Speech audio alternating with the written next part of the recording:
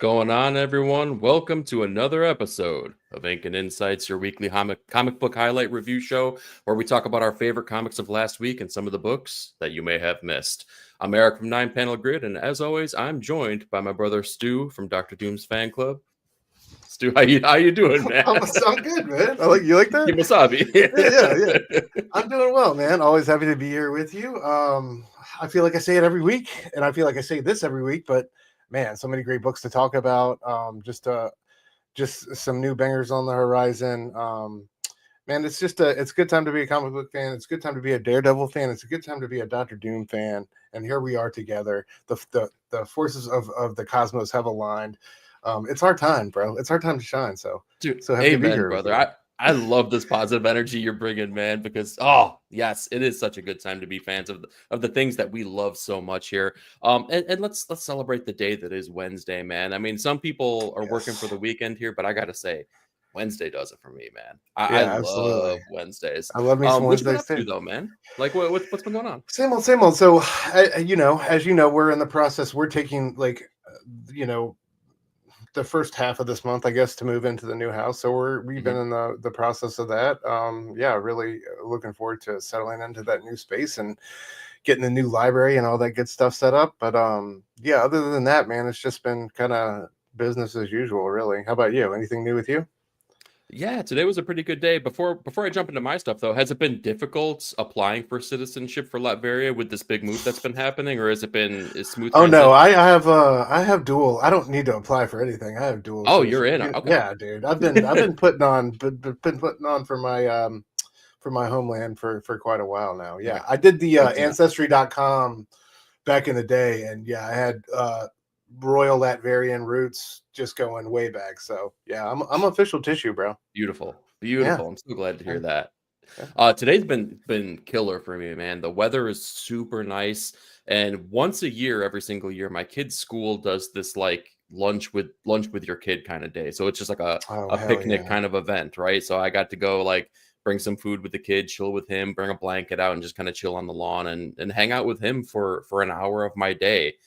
Man, I gotta say, it refueled me, it recharged my batteries. It was really awesome getting to chill with him for a little bit of time here throughout. He got time away from school, I got time away from work, and it made it all worthwhile. And on top of that, hit up the LCS. So yeah.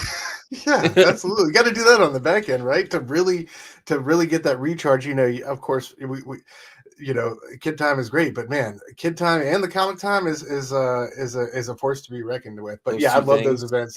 Yeah, dude, I love those. My school does those same things too, and it's just so nice to get those little moments, usually in like a working day away with the kid, and reminds you what's important in life, man. So hell yeah, exactly. Speaking of the things that are important in life here, we got a couple people that are rolling with us already here. First in the comments, first in our hearts, DC Patrol. DC, Station, nice to brother. see you, buddy. Do people still do that? Yeah. Yes. Keeping it alive, buddy. Yes. Of course. We got James Phelps rocking with us. Ink and Insights is the best comic show on YouTube. I'm happy that you believe so, man. We're working hard at it. I can say that much for sure. We got Simpleton. Station, Mood driving home from Walmart, man. Oh my gosh. And it dawned on me something to be happy about. A new episode of Ink and Insights, man. Hell yeah, bro. Glad to bring a little bit of joy into your life, man. Curious though, what were you picking up at Walmart? Let us know. Yeah, man. Good to see you. All right. Without further ado here, let's go ahead and jump into the first thing that we want to go over today, which is going to be comics adjacent. Let's talk about the movies. Let's talk about the TV shows, the adaptations of some of the things that we know and love, because I feel like this year, even like maybe since COVID, is like the big first like resurgence of comic book properties like in the media, right? Like we've had a couple years where it's slowly been coming back. We had streaming things, but like nothing feels like it's really hit, like nothing has like really captured that feeling again of a really great comic book property. And some things make me feel like maybe there's a change on the horizon. Maybe. Yeah, right? I think you spoke a little too soon there, dude. I would argue Invincible has very much so checked that box for me. Yeah, it's been incredible. I think every episode, every season of that show, I can't speak too highly enough. Everybody loved the first season, and rightly so. But I would say the stuff without Omni-Man, these episodes that we gotten without Omni-Man in it, where the main focus has been Mark and kind of his immediate world, has been incredible. And this last season was on par with the excellence that they've really kind of set the standards for on that show.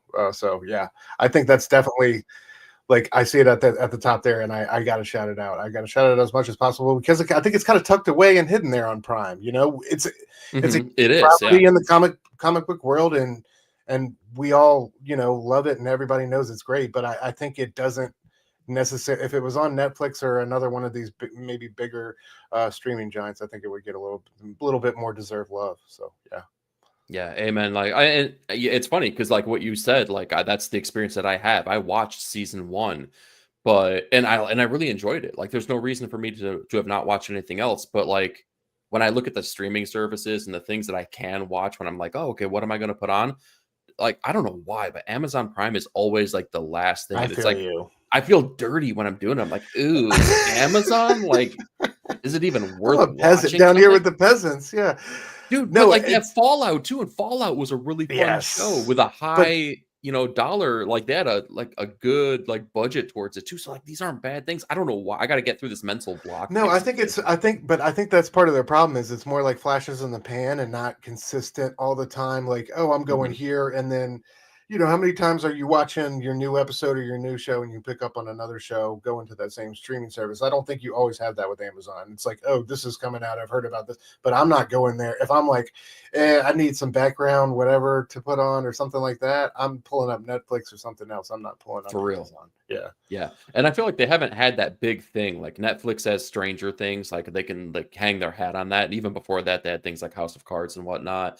Hulu is always going to be like that, like TV streamer. That's always going to be like, oh, the cable cutting thing. So they already had that built in. Disney has something built in, and they just never had that thing where like, oh, like I think of Amazon, I think of this, but they've tried so freaking hard. They have like Reacher's good. Like I do like shows on there, but it's just Lord of the Rings. Like they had their whole property. Yeah, like good Lord. I don't know, man. Yeah, it's been up and down. So yeah. But that's my long-winded way of saying, I promise I will jump back on Invincible. I'll give it a shot and try it again. I encourage everybody to. Absolutely. Yeah. Absolutely. Yeah. And we'll talk about Amazon a little bit more down the pipeline as well, because we have some more stuff on this timeline from them. For me, you already know, though, it's Daredevil. Like, I mean, I'm enjoying the heck out of the fact that it feels like Disney did something right? And it's been... You know, if I'm being honest, like this season hasn't been like the thing that like it hasn't been Netflix, right? It hasn't been the thing I was like, oh my God, this is capturing that feeling so well. But it's doing like everything recently has been like really good. And you can tell that they, even with the Frankenstein effort that they've had to make by taking the show that it was before it was connected to Netflix and then making it the continuation, like it's an admirable freaking job that they've done on making it all work cohesively together, even though you can kind of see where the stitches are holding it all together. Dude, we were talking just a little bit because there's some people that in the back chats that haven't seen it yet, but like this last episode for me felt like the first time where it was just like, oh, it's the new creative team, unchained from like all the stuff from before. It felt like this was like, it was the very first time where I was just like, man, this is probably what it's going to feel like moving forward. Like, did you have that same feeling? Yeah, definitely. And this was like, there have been some great cliffhangers in the show. Don't get me wrong, but this was the first one where it ended. I was like, man, I was so thirsty for another one after that ending. You know what I mean? But yeah, I definitely agree. Yes. I definitely agree with you. It definitely feels like they've shed kind of the skin, so to speak, of some of those older machinations and storylines and kind of, things that they had to deal with. And I do think that they, like you said, man, they Frankensteined it all together very well. They did a great job kind of bringing like what was a show that got passed around so many times and rewritten and so many things. I think they've done a great job, not only, kind of salvaging what was, but staying true to, the heart and soul of the Netflix property and what everybody loved and what everybody was hoping to see on screen. And I think, from keeping the theme songs to just keeping the theme in so many ways. I think with that opening scene we got in episode 1, they wanted you to know that they were taking this seriously and, out to do it right. And I think, you know, there's definitely moments of that. So yeah, and the violence does get visceral oftentimes. You know, sometimes it's surprising. There was a couple moments in this past episode that definitely surprised me. Like I knew the violence was coming, but when it happened, it still managed to surprise me in some ways. So shout out to them for that, because that was one of my concerns going into this. Were they going to be able to not beat around the bush when it came to being brutal and adult about our themes and context? So yeah, that's the one thing where I feel like that this new iteration of it actually ascends higher than what the Netflix one does, is where Netflix was very consistently like good and great mostly. This new series had a couple moments that like my jaw hit the ground though, where I was like, whoa, they did that and they did it in that way. Wow, that's a big swing that they took. And I don't feel like there was big swings in the Netflix series. It was always, everything was kind of a little bit expected, where there's a little bit of shock and awe to it. So that's pretty cool that we get to experience that. Yeah. And it's been a joy watching Gandolfini's kid kind of settle into his own as Fisk's like little assistant, little, ride or die. Like I've been loving watching that kid kind of find his way in the show. It's been awesome. Dude, man, when he again, no spoilers here, but like just a line delivery when he looks at me, he's like, "I will burn for you, Fisk." I was like, "Whoa!" Like, yeah, he is committed. Yeah. He is like, and wow. When that ominous, threatening conversation he had with BB Urich, and I think the last episode of the episode before, it was just it's so well played, man. You can definitely see he definitely inherited some chops from his old man. So yeah, I'm so happy to see him doing his damn thing. Yeah. Well, we skipped over one of the other properties that's already come out here, and I'm almost afraid to ask because I know what my experience is. Did you go see Captain America?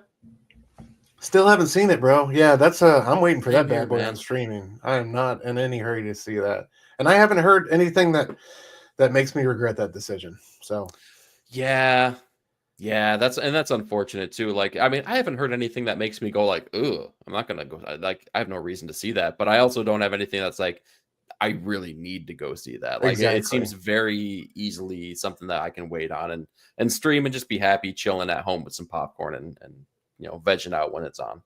Yeah, and that's, I guess, is my concern with Marvel moving forward, because they are carrying a lot of weight right now and they need wins, right? And if the Thunderbolts doesn't turn out to be a win before Fantastic, what's the timeline again? We got just a couple months in between Thunderbolts and Fantastic Four. So if that doesn't win and Fantastic Four is not a success in every sense of the word, I think it's really going to be detrimental to Marvel. Because look what you have coming after that: Eyes of Wakanda, Marvel Zombies, Wonder Man. Like, none of those are going to be. You don't have to say Wonder Man properties, like that. Man. You know what I mean? Oh, come on, dude. Why are we getting Wonder? Now is not the time for Wonder Man or Ironheart. Do you think it is?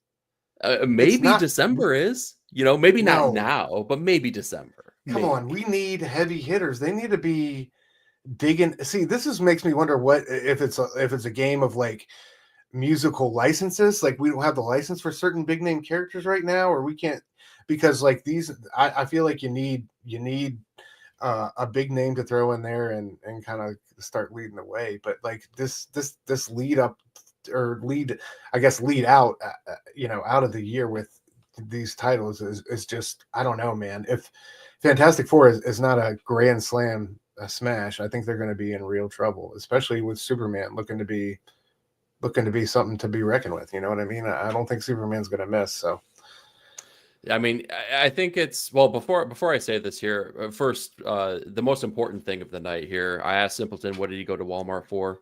Coin wrappers. So thank you for sharing. I appreciate that. That sounds like such a Simpleton thing to go to Walmart for. Yeah. I never question what that mad genius is up to. You said it rinse cups. I don't want to talk about it. Yeah. All good, bro.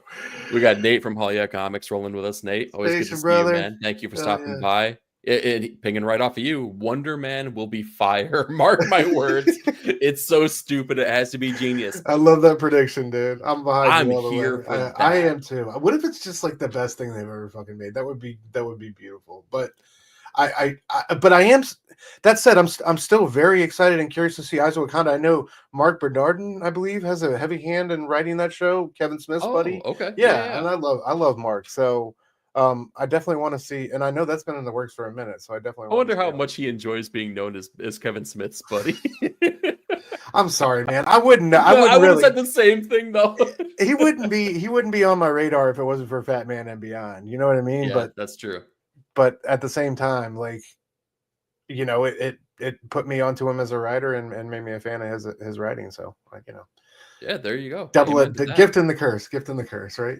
Yeah. So, but what I was thinking too is it's very much what you were saying about Daredevil, or what we were talking about. It's like it's shedding the skin. You got to remember, like, we look at Ironheart. Ironheart's been in the can for years at this point, right? Wonder Man had gone into pre-production and production years ago at this point.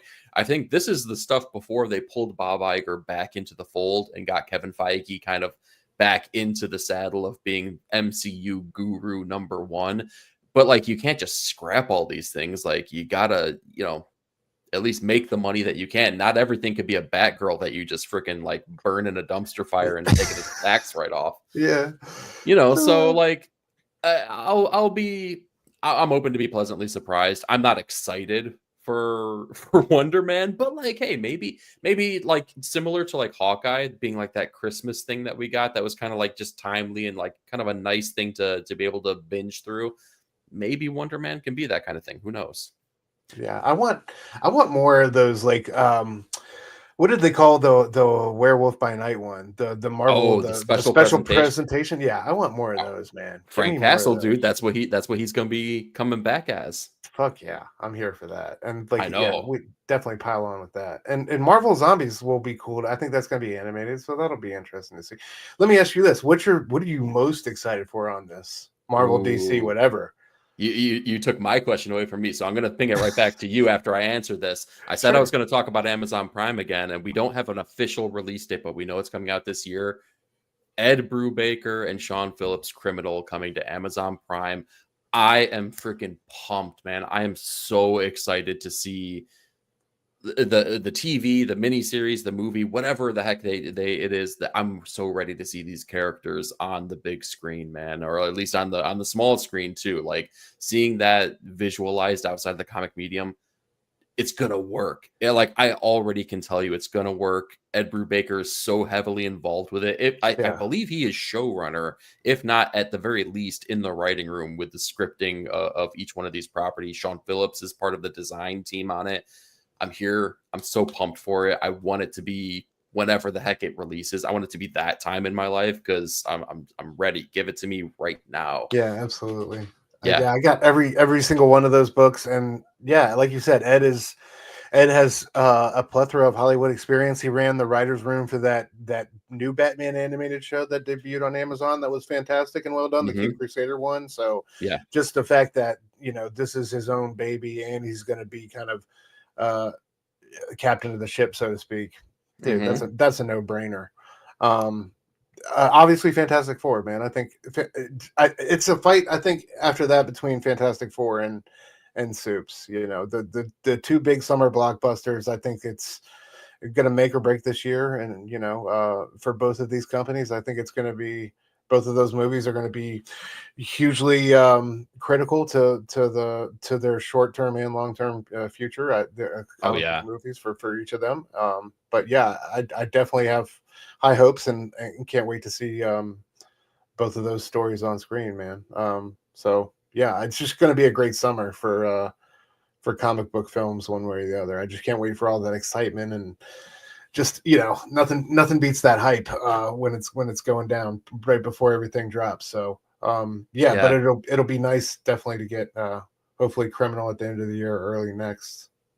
Well, and like I was just in the movie theater last weekend with my kid. We went to go see Minecraft, and like, Minecraft is Minecraft, right? But like, there's something magical about sitting in a movie theater and in the big screen and having like all of the sound just like surround you. Like, there's something really magical about that moment. I'm really ready for specifically July, because that, dude, it's good. I feel like Superman and Fantastic Four are going to be the moment where like things are back. Like movie theaters are going to be popping, like seats are going to be filled. If they're not, I will be absolutely shocked, because it feels like a moment in time that we're staring For down sure. right now. Can't wait. Yeah, I completely agree. Yeah, I'm really excited about that. We got Nate saying Criminal, hell yes, but Superman will be the film of the summer. I'm feeling that way too. Like Yeah, I think so, man. I'm more of a Marvel fan than a DC, but man, Superman. It's Superman, dude. And it's James Gunn. I trust James Gunn. The dude has never let me down with any of the properties that he takes over. So I'm here for it. I'm ready. Same. So, I love that little scene in the trailer. They've shown in both of them, I think, with that little kid and the flag, and he's saying Superman. And he's like, oh my God, that's what it's all about right there. Superman is about hope. And if that scene Yes. doesn't deliver on that notion, that one gets me in my feels every time I see it. So I can't wait to see that and, expanded upon. Yeah. Hey, and speaking of being filled with hope here, we got Fable in the chat with us. Fable, brother. What up? How you doing, man? Good to see you. All right, let's go ahead and jump into our first comic of the week. Not hope-filled whatsoever, but a joy to freaking read. Daredevil, Cold Day in Hell, #1, written by Charles Soule, artwork and colors by Steve McNiven, and letters by Clayton Cowles. Oh, this just felt so good to read, man. Y'all have heard me bitch and moan about Daredevil proper week in, week outs. This is the Daredevil I want, man. This felt just perfect. It's all about like it's kind of like in the same vein of like the Old Man Logan kind of story, where it's like we're looking at a Matt Murdock much later in life. He's lost his powers. The world has gone to hell. We don't necessarily know all of the ramifications behind it, but basically, I mean, it's in tatters at this point here. People are just fighting to survive on the streets. He has no powers whatsoever, and we see a Matt who is. It's weird because the world is in such a terrible spot, but he seems very content and very at peace, which is like a Matt that we don't necessarily really see all that much. We see the guilt-ridden Matt all the time, right? We feel the Catholicism like weighing heavy on him, but he's found peace in his heart, peace in his soul. He's working for, a homeless shelter, a soup kitchen, which feels so right about his character because he's done it numerous times throughout the history of the character.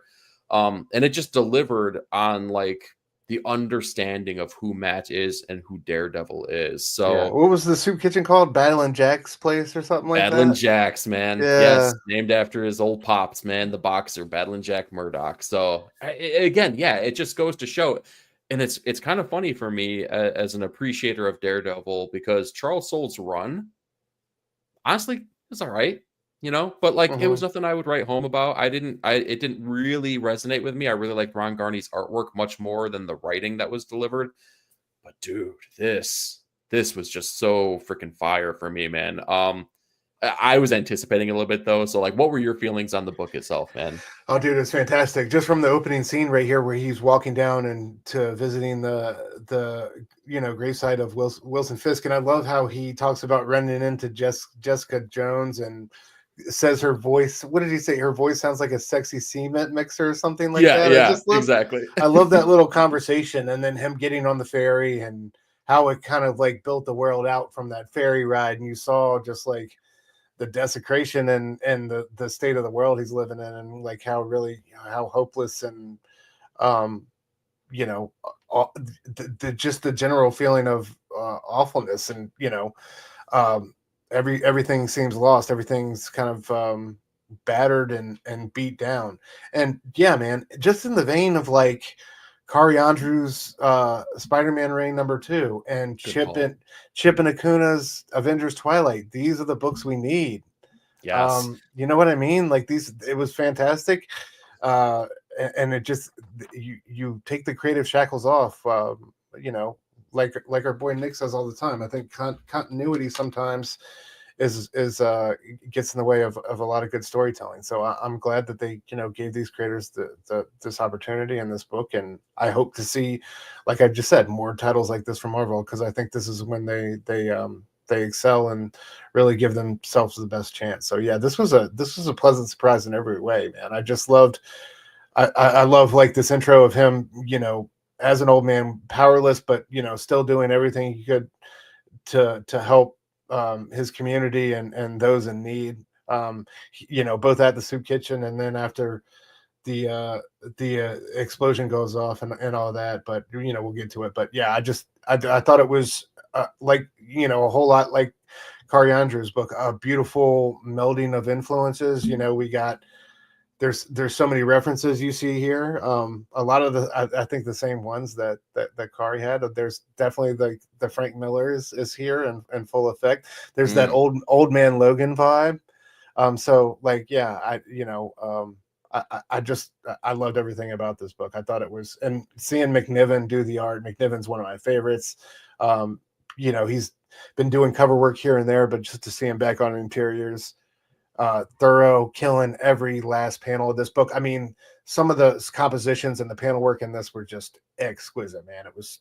It blew me away. So this was I know this one wasn't as high up on my anticipation list as yours, but this one still came through for me in every way. Well, I'm glad that you brought that up, though, because one of the things I wanted to point out, and I'm going to give myself the solo here in a second, but so we talked about kind of the love letter to the approach on this book, right? Specifically by McNiven.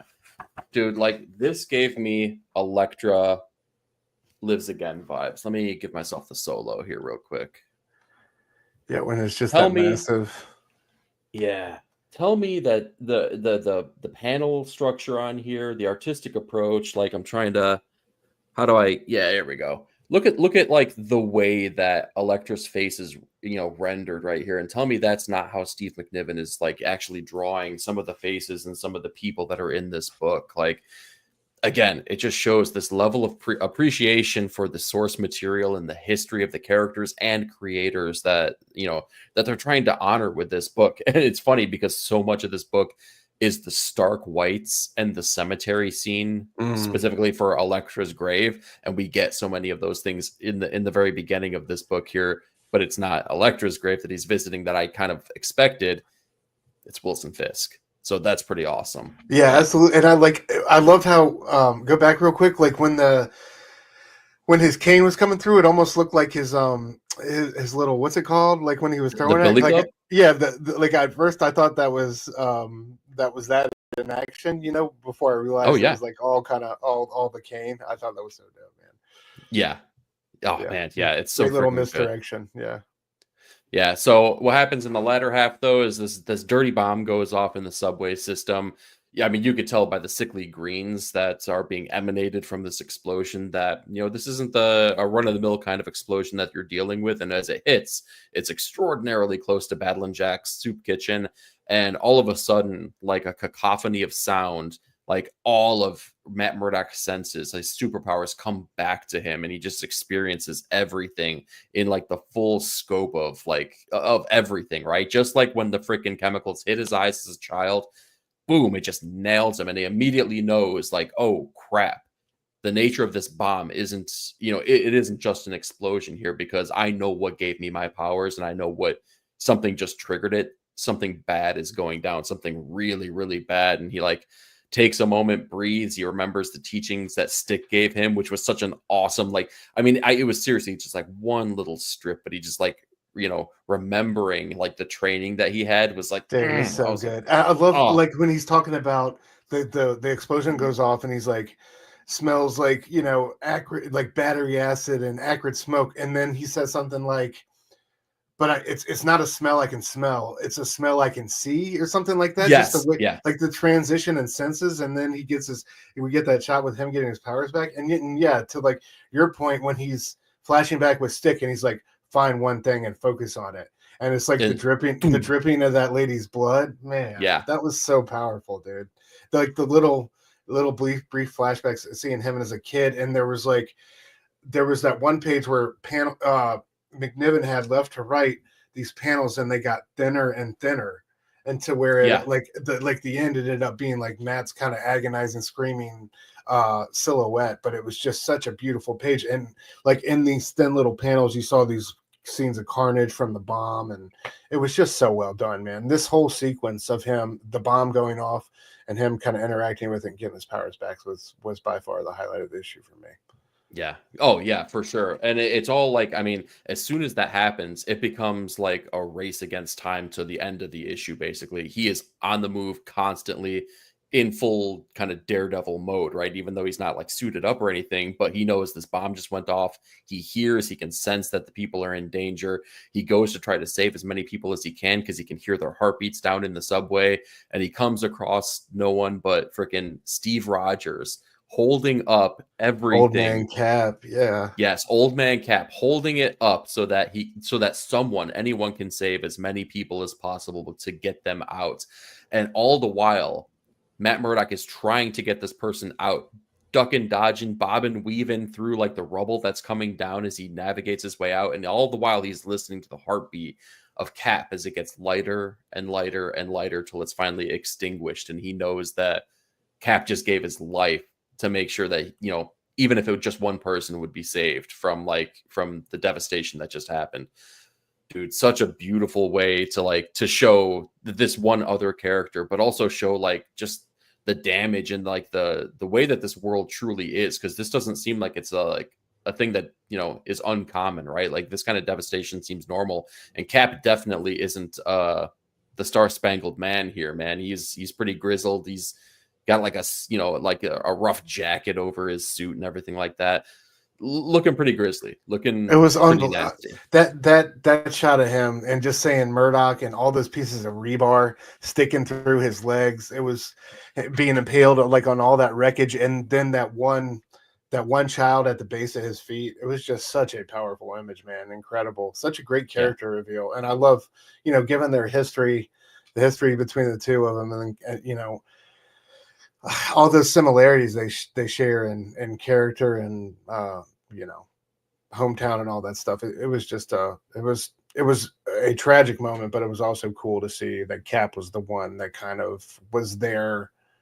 You know, it's like Matt got this. He got his physical like push through the door, right? He got his powers back, and now he's kind of on his way. But this was really the gas in his tank, I think. You know what I mean? Like, yes, he got his powers back, and he's down there and he's helping people. But this really put the super back in the hero, I think, for him.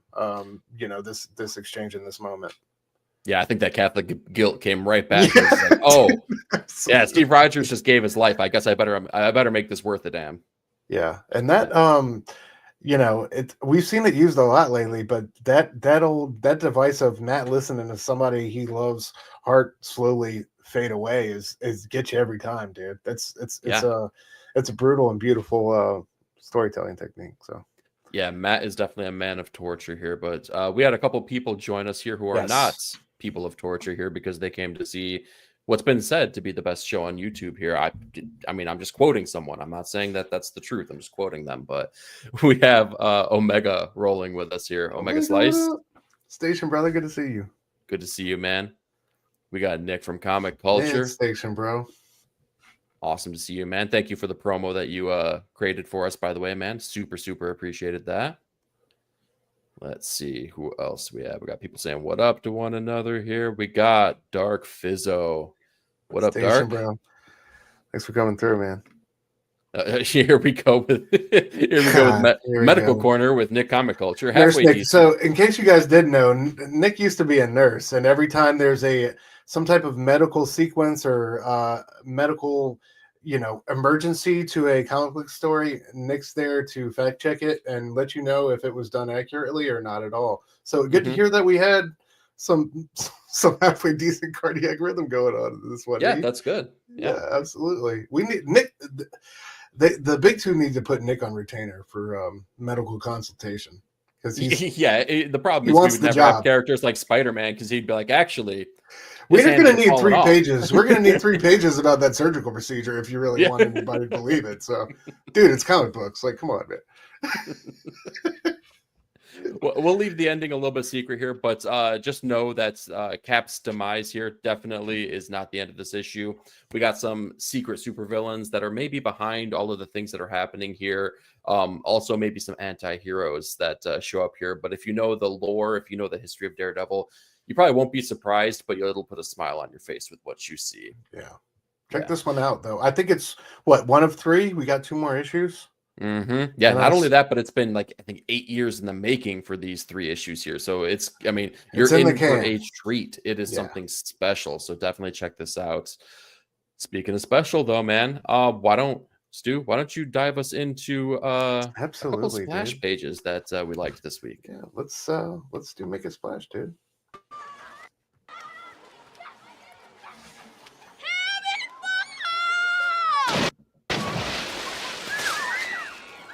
That's right, ladies and gentlemen. It is Make a Splash. This is, of course, the segment of the show where we talk about our favorite splash pages of the week from across the spectrum of new comic book releases. This week, I'm going to start it off with Resurrection Man, Quantum Karma, Anand RK, really announcing himself on the scene. If you didn't know about this guy's art already, you definitely should now. The work he did in this first issue is incredible. We're about to get to this issue next year, but from this intro page, I think this one was by Jackson Geis of the throwback, yep, letting you know who Resurrection Man was, to his rebirth here. This was an incredible page, seeing him, live a long life as a man and kind of be reborn, to, seeing Samsara, all the mechanics of time, and just that beautiful double page spread there. And then, finally, man, him kind of coming to his own at the end of the issue and unleashing a fiery vengeance upon his captors. This one just blew me away. E, how about you? I think you already know the book we just spoke about, Daredevil, Cold Day in Hell. There was 2 splash pages that really spelled out what this book meant to me, which was the first one, looking at this bridge in New York City here was completely devastated. This is them kind of navigating from A to B, and you really see the scope of the world. But the end page, seeing old Matty Murdock back in the Reds, man, back in his suit, ready to dole out justice for the people who made that explosion happen. Absolutely awesome. I remember you. The end cap here is perfect. Sexy. Hey, girls. Hell yeah, that's Make a Splash, gang. Man, I told you backstage, man, I'm never going to get sick of that. I'm going to love it so much. I remember you. Oh, man.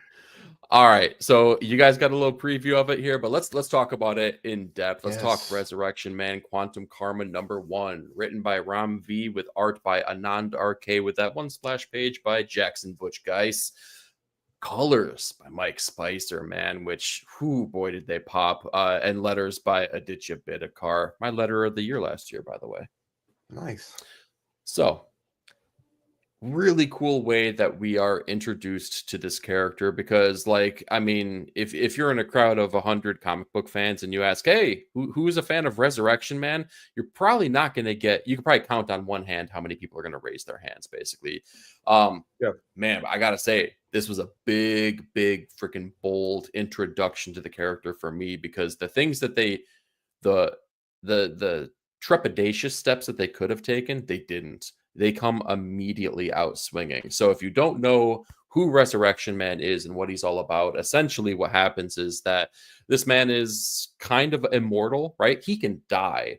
But what happens is that every time he dies, he is resurrected, hence the name, but he's resurrected with a new subset of superpowers that kind of play into the way that he had passed away previously.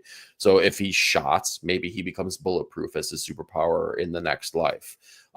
Things like that. So when you think, such a cool invention, right? Yeah. So when you think of the idea of that, your mind probably goes to those simple ideas. Okay, well, maybe if he drowns, like he'll have gills or something like that, right? Very simple ideas. What does Ram V do? Right out of the gates? No. He talks about a man who has given up the superheroic life, has lived a long, happy life, and has now passed away of old age. Well, what power can manifest itself, from dying of old age, dying of natural causes and just naturally passing away? The power of time. He is resurrected. So cool. With the power of being able to navigate time itself, right? Which, again, we know that there's characters that can do that, but when you're talking about the big swings that you can take with a character who dies and is resurrected with powers, that feels like something you do in the penultimate issue to set up some big thing. And this is issue #1. This is the first thing that we know about this character. This I already told you, man. Again in the back chats, man. I can't stop thinking about this book. I cannot. I mean, it is living rent free in my head. What did you think about just the introduction of this character? Were you the same as me, where you had no background and like, yeah, talk to me about this. Yeah, same. No, I had no previous knowledge of this character, unlike some snobby friends of ours who thought we should know otherwise. But forgive my ignorance and stupidity, Rock and Robbie Phillips. But yeah, dude, I thought, like you said, just the premise alone, with him, like you said, like him dying by electric shock, and he's, he wakes up with the power of electricity coursing through his fingertips. I think that flip is so crazy and brilliant, and I love the way it started out, him saying goodbye to this family. He had lived a long life, and not really knowing what was coming next, but then he wakes up, and then we have this other version of him, I guess, from throughout the multiverse. Like, well, you done fucked up now, bro. You kind of you shirked your duties. You chose to live a long and happy life, and now you died as a victim of time, and now time is your plaything. And we need you to save us from this all-consuming force, basically. Again, also, man, and he's doing it in New Gods. He's done it in every single one of his books. The way Ram V is able to make these books personal and tell stories, about historical events from the area that he grew up in, or that is partial to his heart. In the Asian countries, all throughout India, the story he's telling now in Singapore at the end of World War II. I love how he takes us on these historical journeys and gives us these insights into these other cultures, these other people, the way they lived, like what he was doing in Rare Flavors with the recipes. I just love how Ram always brings that worldliness and that bit of him into these books. And what I think he's doing the British invasion thing right now, man, where they're taking these obscure DC characters and just writing these kick-ass tales with them, like they did with Shade the Changing Man and Swamp Thing and Animal Man and all that. With so I think it's dope. I love this choice by Ram to resurrect the Resurrection Man, and this book blew me away, dude. It's not only his story and the possibilities of the not only the possibilities, I think, inside the life of the Resurrection Man and Wicked, but the DC cosmos, and the way he could tie this into the grander DC universe at large is just mind-boggling, man. And I'm so great that he has this power, but man, the artwork that Anand did, it's revelatory, it's incredible. It's like, yes. It reminds me of Ian on Precious Metal, really like announcing himself. So I hope people are taking a notice as much as we are, because this one just blew me out of the water. I hate this one. I had no idea this one was even coming. I'm not up on the FOC like I should be, like you guys are, and I don't all the time know what's coming around the corner. But this one blindsided me in the best way.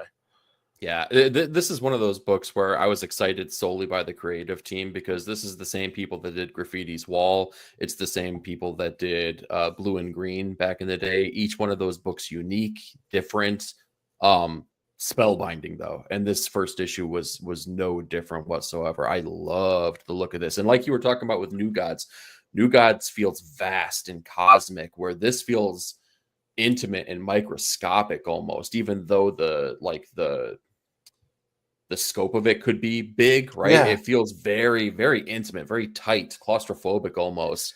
It does. And then we go to like Samsara, and it's like, whoa, what is like, I just love, yeah, man. I mean, it's just so it's wondrous. I can't wait to see the ideas he plays with. And it's a hallmark for me for Ram's writing, because you had mentioned the British invasion, right? And it feels like very similar to that. And man, do I agree with you wholeheartedly. Ram V to me feels like the spiritual successor to an Alan Moore.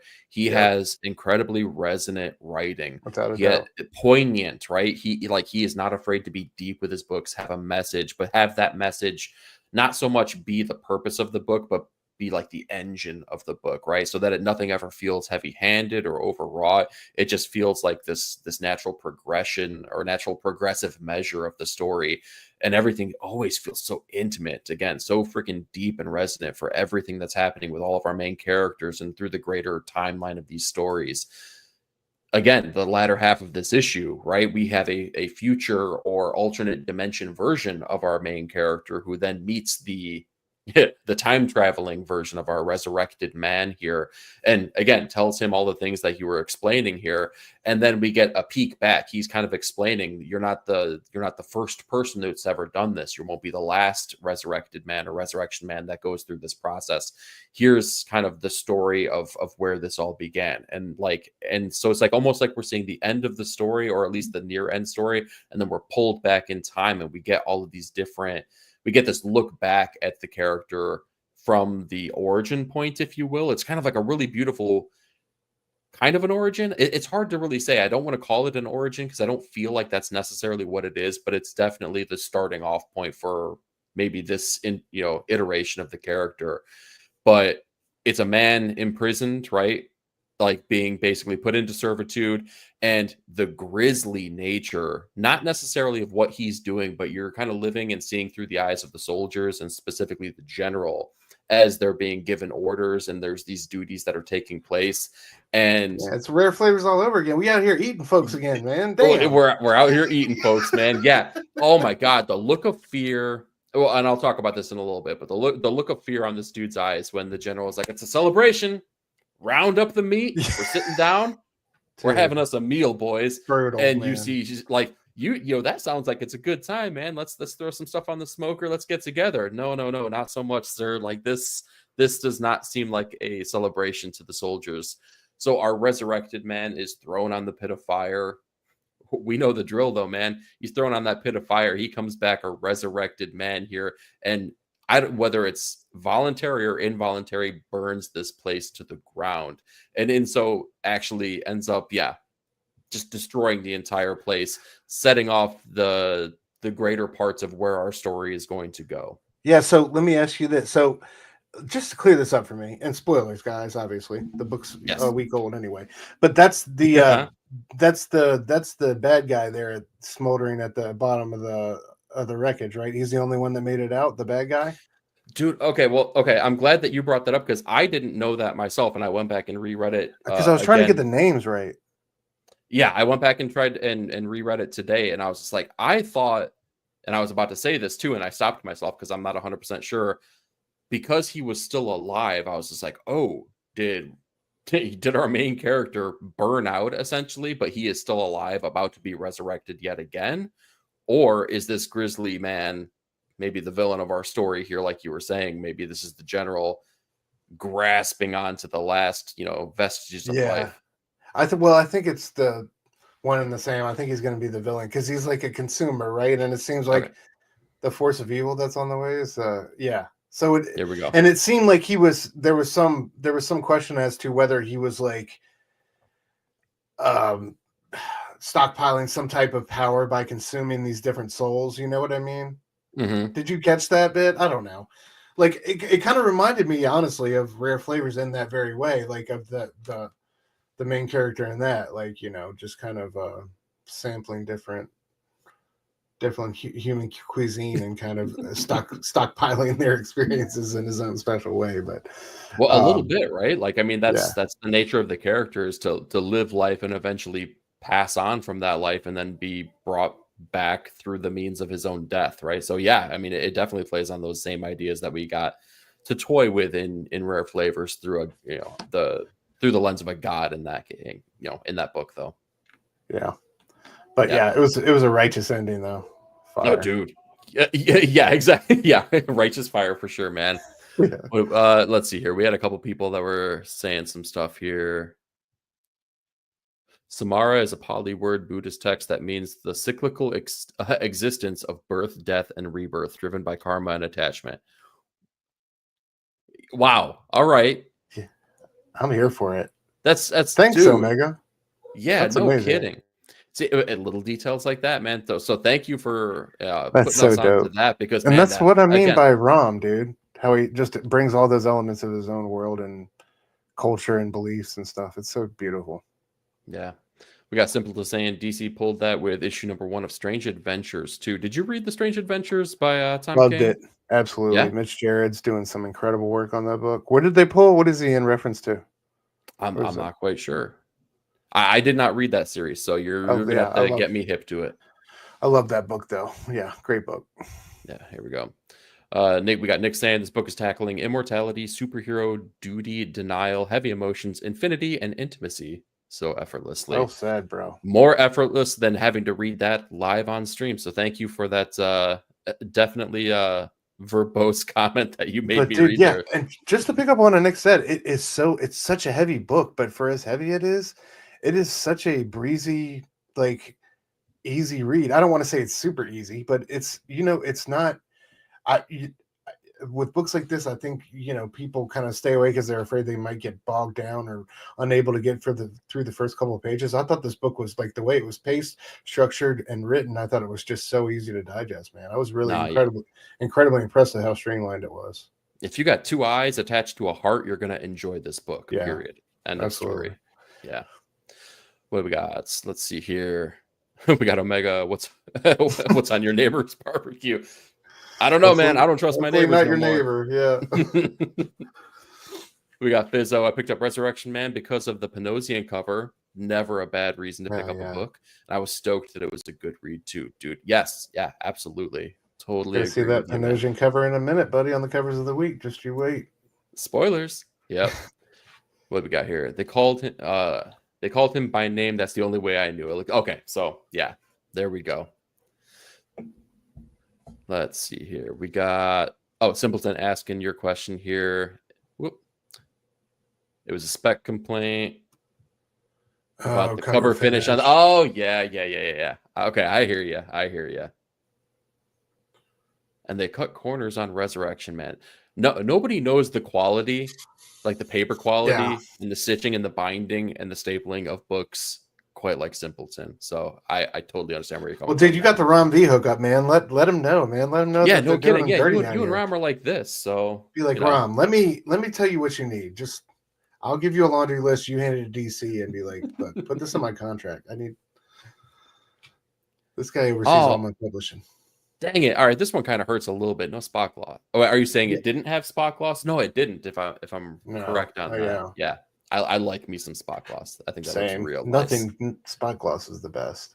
Yeah. Oh, he's gonna get it. Hell yeah, bro. Let him know. Good to know, man. And finally, we got Omega saying here, there's a good chunk of that scene with the bad guy reading The Heart of Darkness, and that's the book that inspired Apocalypse Now. Yeah, totally. The horror. Aaron boy. See, if I didn't have these headphones, man, I could almost pull it off. I could almost, Yeah, dude. Yeah, dude, you could. Absolutely. All right, man. So let's dive into It's the Little Things. And we're going to stick around with Resurrection Man because I think there was something just so poignant about a particular panel.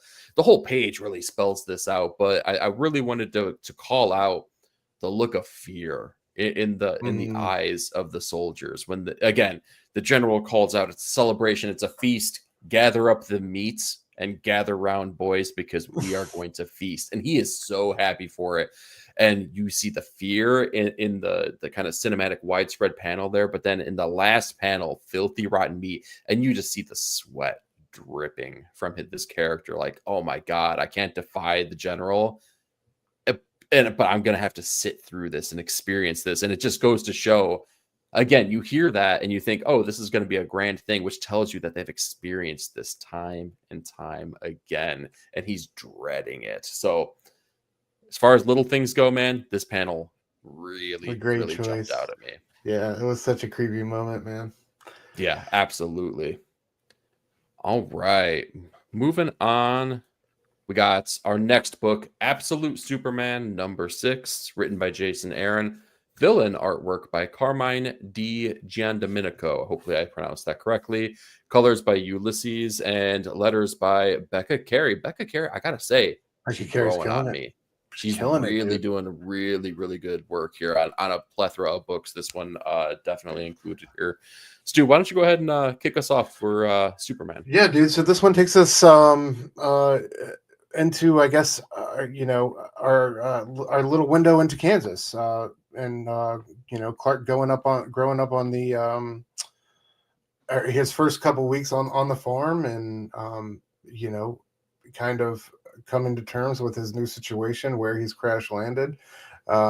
And it's done really well. These are all things we've seen before in the Superman canon, but regardless, I think the representation of old facts in a new light here was done really well. I like him on the bed, going through the night terrors and the power outburst, kind of as his body adjusts to his new atmosphere on Earth. And I love like Martha staying by his bed no matter what, even at personal bodily laser beams. Yeah, man, laser beams flying everywhere. Poor Pa Kent's trying to save his wife, but she wants to make sure this kid is okay, and obviously knows. I just love the back and forth. So many of the conversations that Martha has, both with Pa Kent and with Kal-El in this book. I love that moment when she's talking with Kal-El, when she's like, "I know a farmer's son when I see one. Like, you might be from another planet, but I know a farmer's." I thought that was freaking just great writing by Jason Aaron. But yeah, they're trying to make their way on this farm, and Lazarus Corps is trying to buy him out. Martha thinks that the drones are to blame for this drought, and the rain not hitting their crops. And eventually, as Cal kind of heals up and Saul kind of recharges, and they get their bearings beneath them, and eventually start helping out around the farm. Saul wipes out all the drones. They ended up the rain, but in the process, we learn a little bit more about the Lazarus Corps and really who's behind it. But before we get into all of that stuff, bro, how you been feeling about Absolute Soups in comparison to the rest of the Absolute books, and just as a book on its whole? I know it kind of started off as kind of like the middle child of the Absolute books. We didn't really know what to do with it, but I think it's really found its way now. And this issue was incredibly impressive to me, I thought. Yeah, I was an early supporter, though. Like, I thought that I had fun with Absolute Batman, and I continue to have fun with it. But that's the highest point that it's ever gotten for me. It's never been high art. It's always just been like, that's ridiculous. Oh, that was crazy. That's not right. It is. Batman's always high art first and foremost. I mean, you got to be high to appreciate it, maybe. But but no, I've really enjoyed Superman from the kickoff. And I don't know, I feel like it's grown each and every issue. And like, Jason Aaron is one of those writers that like either really, really does it for me, or like really, really misses the mark. Like, there are some series of his that I just can't get behind. It's like, all right, kind of. This one came out the gate screaming for me, and I've had just like such a great time issue after issue. This one, like, we spent so much time on Krypton, and we got to like really feel for the character of Kal-El, his parents, the plight that they've all gone through, because it was basically that they just had more time together, right? They were on the planet longer, so they had more time to have those familial bonds. So when everything goes down and he is older and having to go through this, it feels so much worse, and it feels like so, I don't know, real and like heartfelt. And we get to see that with the intro of this issue, where Saul is out there flying him around, like looking for a planet anywhere that they can go. And it's like, I can't remember the number that they said, but it's like, it's a pretty high number. And they're like, here's another one. And Kal-El's just like, just let me out here. Just like, and Saul's like, it's my sole duty to protect you. I can't do that. He's just like, I'm done, dude. Just let me out. I would rather die than stay in this ship again. And as soon as he says it, like, boom, they hit Earth's atmosphere. They start going down. Crazy stuff starts happening. But dude, you hit on a great point, which is that when we think about the Superman mythos, it's usually Pa Kent, right? Pa Kent is the farmer mentality. It's that Midwestern kind of ideals that is like imbued into Kal-El and then Clark Kent later on. But in this one, dude, it's all about Martha. It is all about her, because like Pa Kent, like right before the ship crashes, dude's he's basically like pleading with her. He's like, I'm ready to cash in. Like, Yeah, I just don't. We don't have the fight left in us. Like we have to stop. And Martha's the fighter in this situation, and she's the one like, hey, pull yourself up, idiot. We got work to do. And then on top of that, then we're introduced to to Kal-El after the crash happens, and like you were saying, she's the one staying by his bedside. She's the one watching over him as his body is trying to adjust to all the craziness, floating above the bed and the laser beams and everything. Yeah. It's really trying to get him. And it's great too, because like you're seeing him experience his powers, but all throughout all of this stuff, they're not communicating. There is no back and forth between them because Soul, his super suit has shut down from the travel, that's happened in the crash landing that just occurred. So there's no communication between them besides like the most rudimentary version of communication that you could possibly have. It's just like he understands there's a level of care from Martha, and Martha understands this kid needs something. He needs someone to be by his side. And it isn't until, the Lazarus Corp basically come that everything kind of kicks back into gear. His translation comes back, Assault comes back online, and they're finally able to communicate. But yeah, I like how topical like this book manages to be, like just here and there. It doesn't hang on it. It's not too heavy handed with it, but like that scene when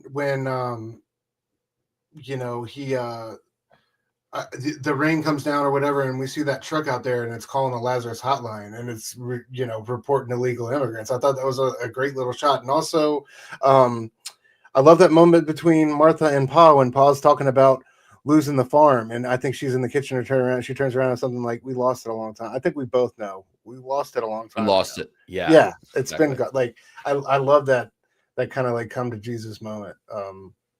She kind of gives him, but yeah.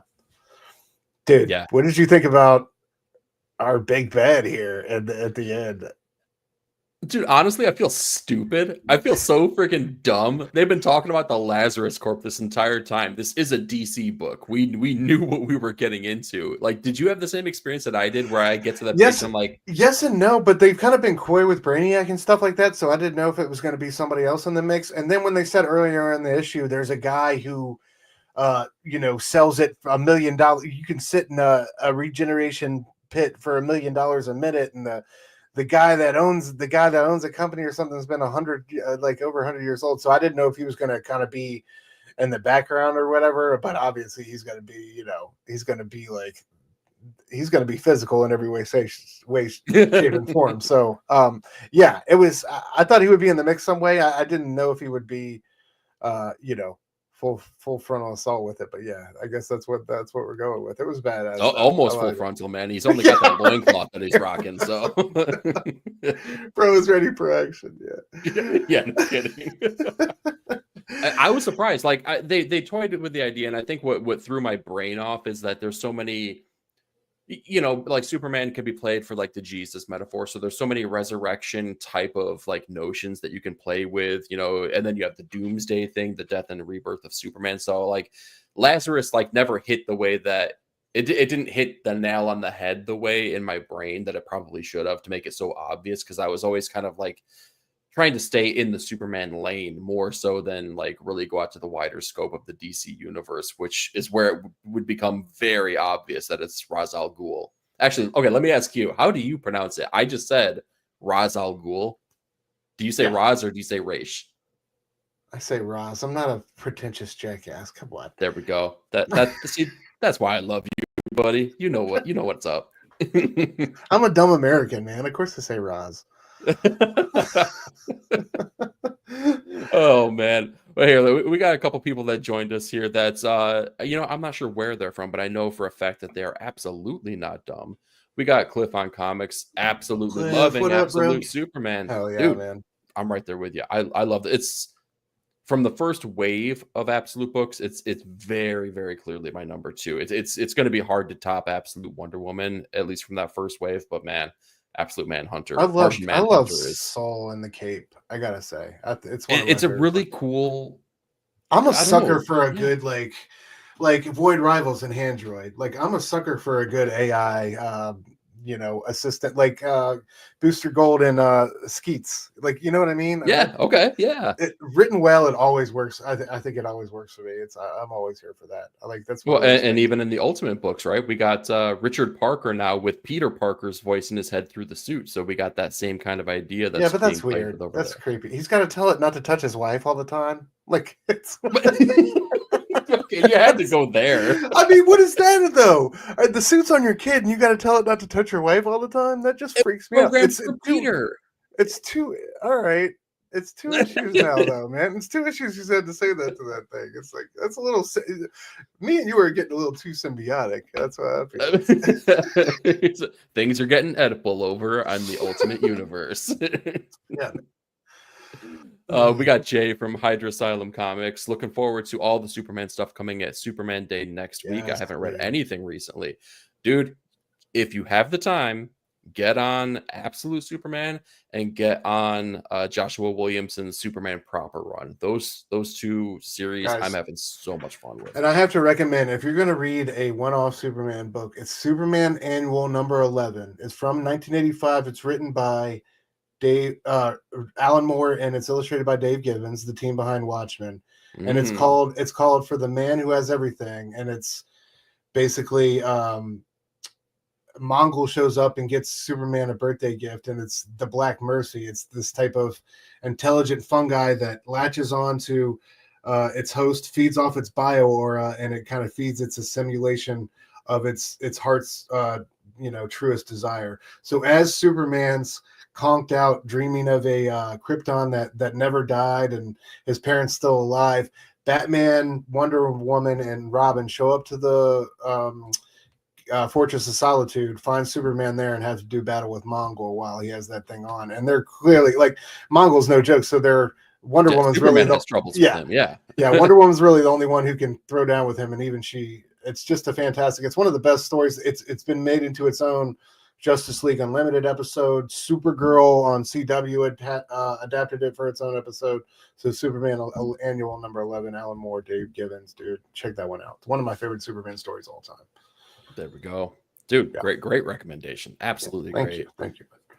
We got Nick saying, "Okay, I'm back. Are we bashing Absolute Superman?" We were just getting ready to talk about the fact that the medical inaccuracies of when he put his horns through the eyes of Black Mask. Like, it just didn't feel didn't line up. Didn't line up, bro. The corneas were all off. Exactly. Yeah, it was just totally inaccurate. Here we go. But in all honesty, Martha wears the pants, and she does, dude, and I'm here for it. Yeah, Martha's where it's at. We got Omega saying, "Oh, I didn't read it yet, but Absolute Superman has been surprising to me. Surprising good or surprising bad? Hopefully good. Let us know, though, man." And we got Jay saying, "Great picks. Thank you, man. We appreciate that." Yeah, the ending again totally took me by surprise, but I'm okay. I'm here for it. The idea of this man that could potentially live forever against our Man of Steel, that could strike gold, man, and I'm here for it. Hell yeah. Yeah, Jay, I know you're a big Superman guy. Let us know. Give us a Superman recommendation, dude. I'm curious. Yeah, for sure. Yeah. All right. While we're waiting for Jay's pick here, let's talk. Oh, hell yeah, dude.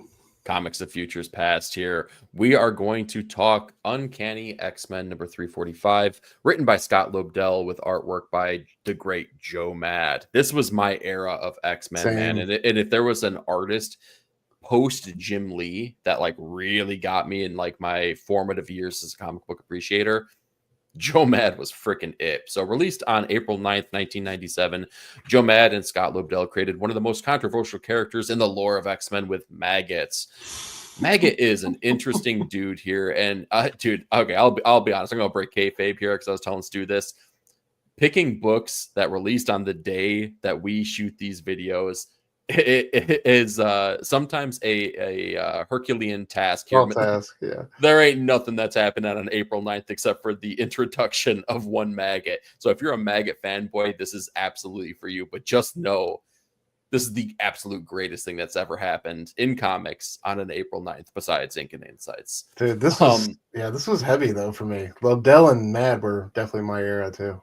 Yeah, dude, they were big, man. They came on with the Age of Apocalypse. They had the Phalanx Covenants right before that happened. There were some really big bad stories, man. And if there was an artist that I think drew Sabretooth maybe the best, I love Joe Mad Sabretooth, man. He was big, beastly, like, and scary as hell, but then also heroic when he draws him in the Age of Apocalypse too, man. Like, I really had a love for Victor Creed, the good version of Victor Creed, when he was drawing that.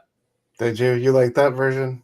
Dude, heck yeah. Oh my God, yeah, dude. Okay, you could tell that we don't have much love for Maggot because we're already trying to pivot away as hard as possible. For those who don't know, Maggot has intestines.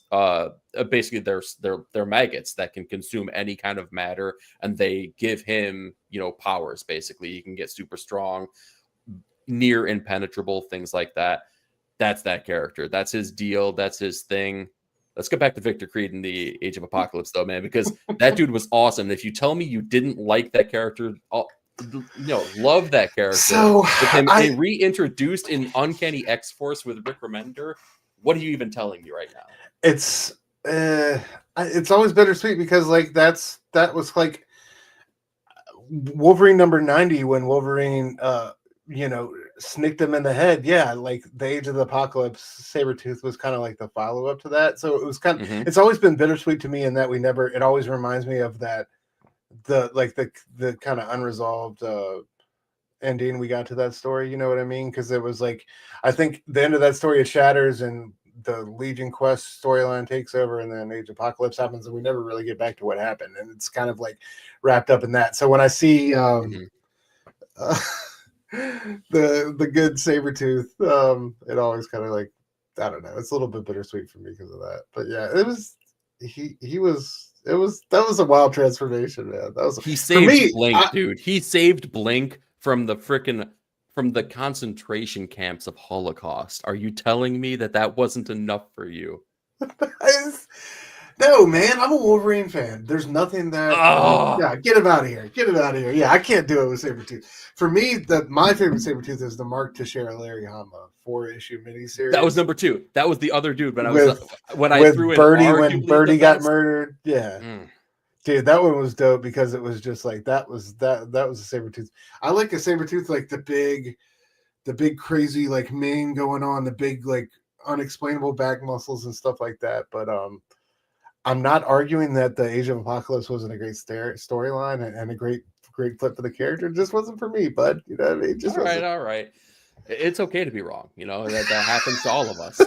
Who else is not wrong though? All the people that rated our character Maggot here as the 100th most popular X-Men ever. Oh, wow. Could you even name 99 X-Men that would have come before Maggot?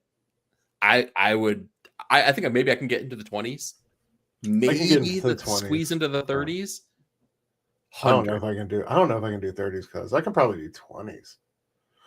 Yeah, I can do 20s. I trust myself to do the 20s. I could probably I might be able to do the 30s. Now I kind of want to like try it. Just I know it's almost. I feel like it's going to turn into like the Animaniacs thing where they're like listing off the country: the United States, Canada, Mexico. I'll just start trying to talk over you because I'm not going to be able to do it without saying it out loud, and then I'll just be like trying to talk over you. And yeah, exactly. But we wouldn't want that.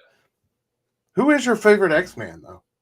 Ooh, because I don't really know. I feel like the default. The answer that pops into my head, of course, is Wolverine, right? But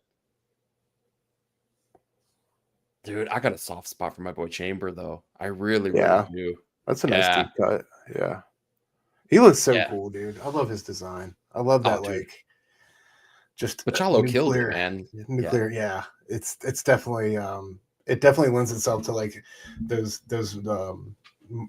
artists who think more outside the box. I think can really have a fun time with them. I got a couple killer trading cards from back in like the mid 90s where people are just having so much fun with that design. Dude, you leave your trading cards exactly where they're at because the last time you busted them out, I ended up buying Marvel Masterpieces, like the entire set. Oh, man, they're so cheap and affordable, though. It's not like, those, for me, that's the only way you can collect cards these days is like the old nostalgic sets from the 90s is trying to buy these new sets and keep up with it on a collecting basis year by year is going to send you into the poorhouse, man. It's no joke these days, like what they want for these sets and these card drops. It's crazy.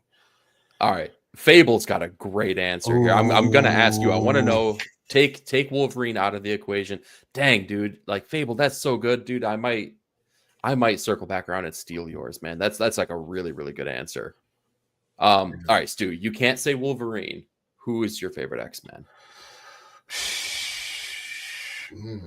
That's a good question.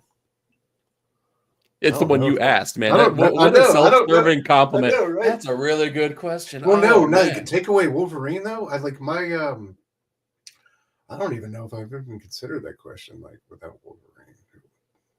Well, while you're thinking about that, yeah. we got Dark Fizzo saying Larry Hama's Wolverine and Dude, Sabretooth stories preach, are the best. brother. Dude, I totally agree with you, man. That arc between issue, I think it's like 42, 43, all the way through like basically where Mariko dies. Man, that whole series right there, where like they're down in the sewers and it's Cable and Sabretooth, LCD and Albert, like all of that stuff, all the way through basically Silvestri leaving the book is like, yeah, it's like magic. It is pure magic. He got some great, Silvestri and then Adam on art, man. They were killing it. We got Cliff. He is clearly being paid off by John's Comics for Kids, but I don't disagree with the answer. Storm is like Storm's intro and Giant Size X-Men number one is like one of my favorite comic book intros for any character. It's so beautifully written, the way and the way they script it out and pace that sequence is just beautiful, man. It's just such a brilliant introduction. So yeah, and Rogue too, man. Rogue done right is so good. Like Mike Carey did a great job with her as the leader of the X-Men. I think Gail Simone is doing a really good job when people leave her the heck alone on Uncanny X-Men. Yeah, totally agree. Oh yeah. All right, man. TikTok, what's your pick?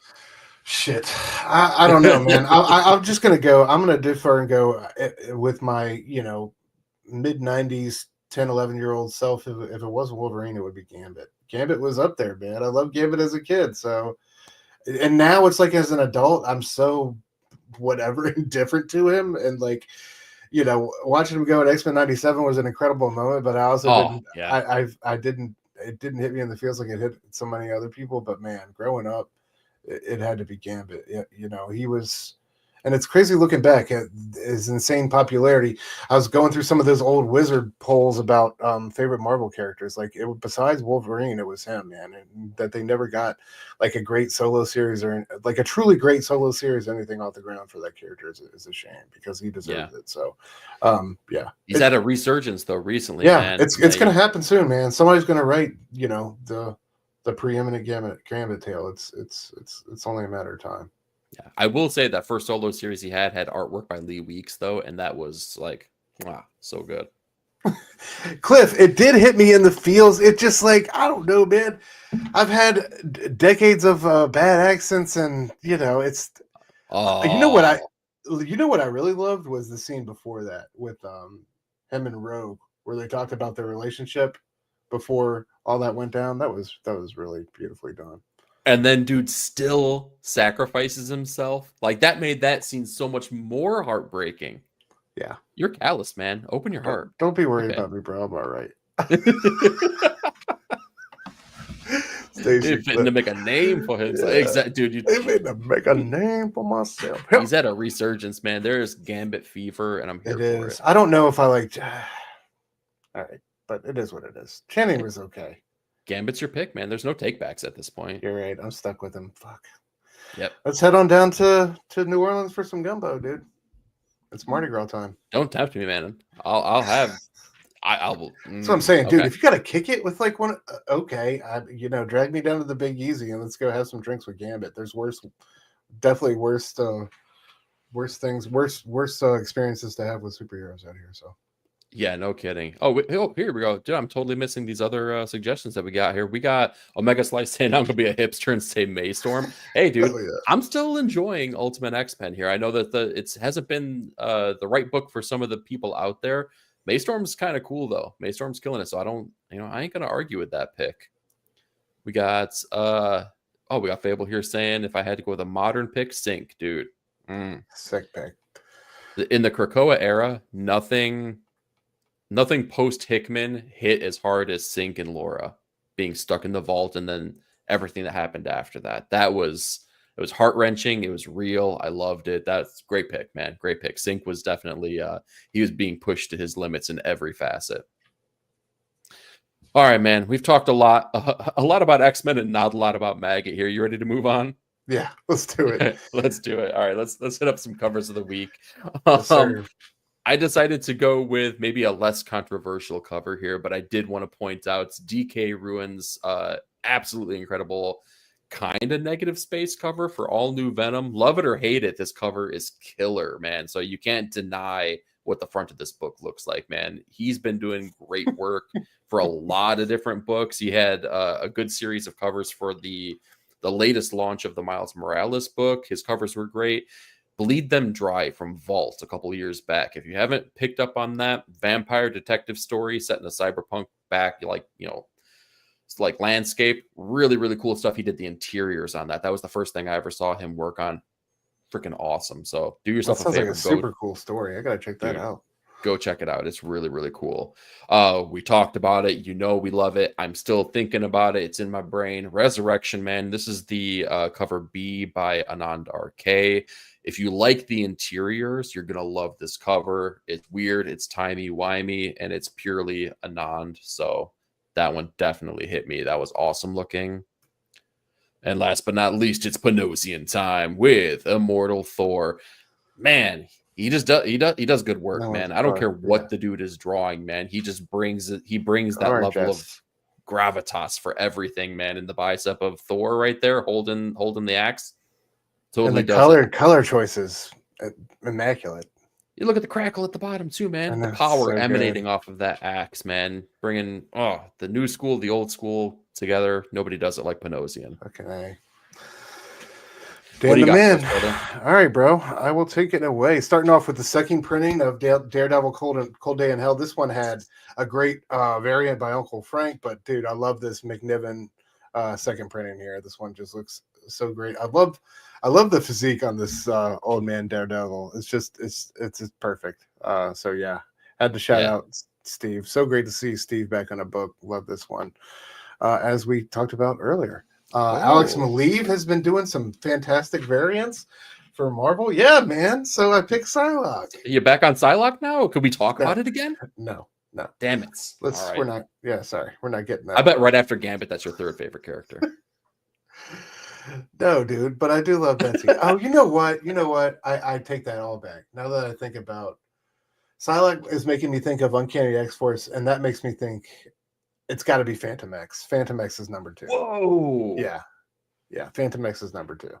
I'm not mad about that. All right. Yeah. All right. Yeah, definitely. I gotta throw a Morrisonian creation on there. Hold on. Wait a minute. Time out. You don't even get to go to your next cover here. You gripe and moan about the accent of Gambit, and then you pick the dude who pretentiously chooses to use a French accent that's not even his accent. Really, bro? I don't know, man. I feel like you don't have a whole lot of legs to stand on there. First of all, like he does whatever he wants, dude. Like, yeah, he chooses to be pretentious, and that's the dude you pick, even though you say Gambit. Like, does he choose to be pretentious, or is that just like a mental is that just like a mental projection? That's what he wants. It's a choice. It's a choice. Are you sure? It's the choice of a new generation. Right. I think you're just jealous you weren't a member of the Weapon Plus program, and that's all these fellas. No, dude. I think I'm okay with regular old bones, man. All right. Nuke was part of the Weapon Plus project, just to throw that out there. I want like a halfway symbiotic relationship with my own UAP. You know what I mean? I think your nervous system. Yeah, exactly. I think that alone is worth the price of admission, dude. Phantom X rules. And for me, it's a 2-time Panosian time thriller this today. Resurrection Man, of course.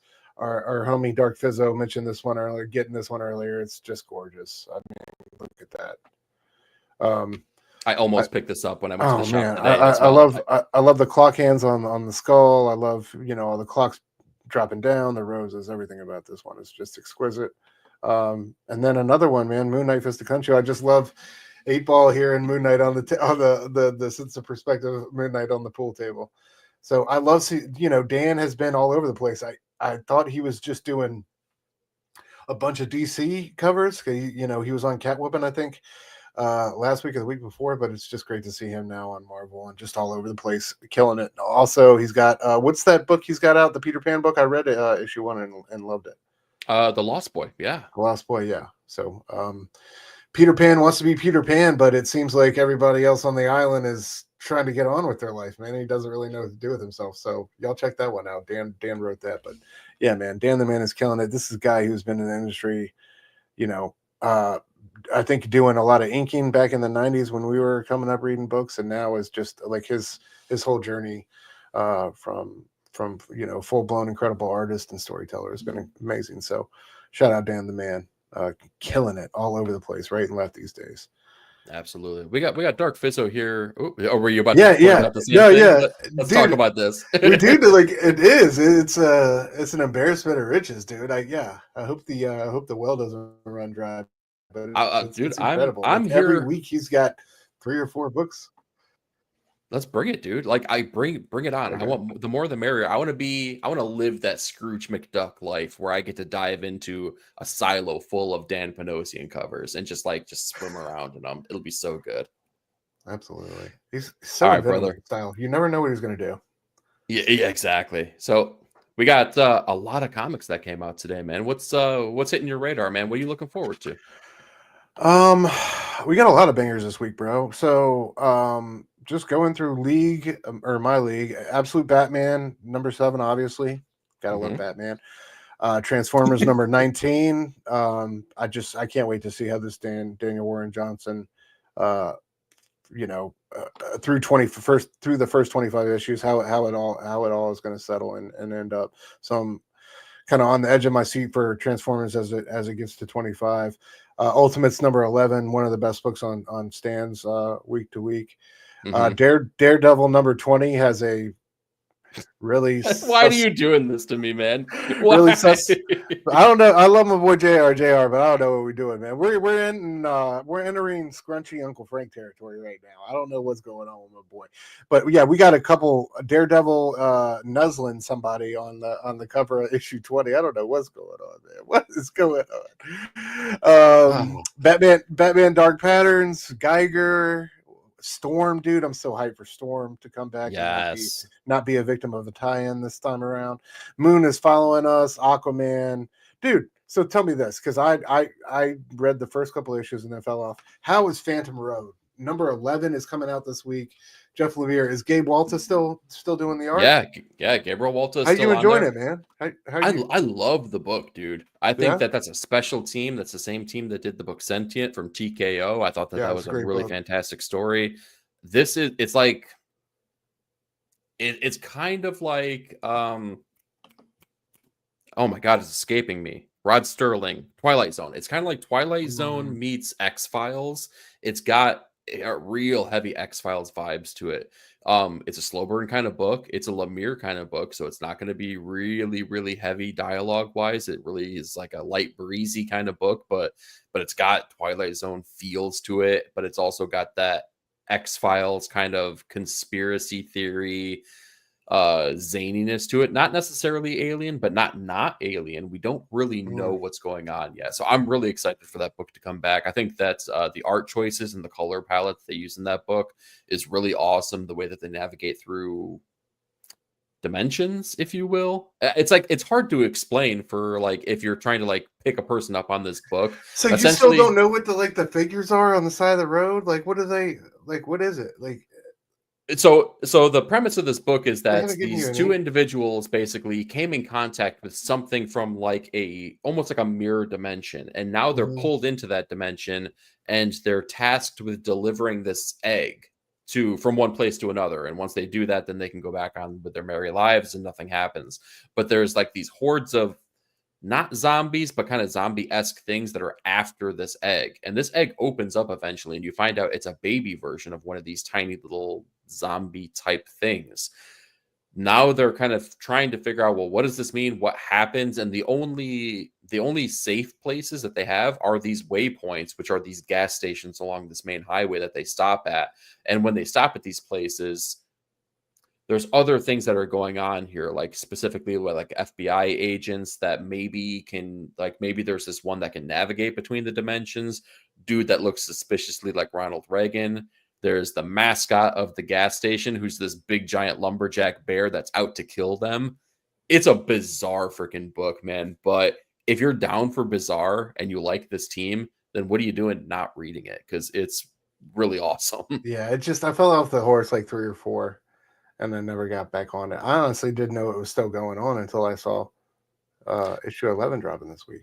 They've taken 2 breaks. So like there's been gaps between arcs, but like, you know, when we're living in Saga world where they take like 4 years between arcs, like, you know, I'll give them a couple months. Like I'm not For sure. Absolutely. opposed to that.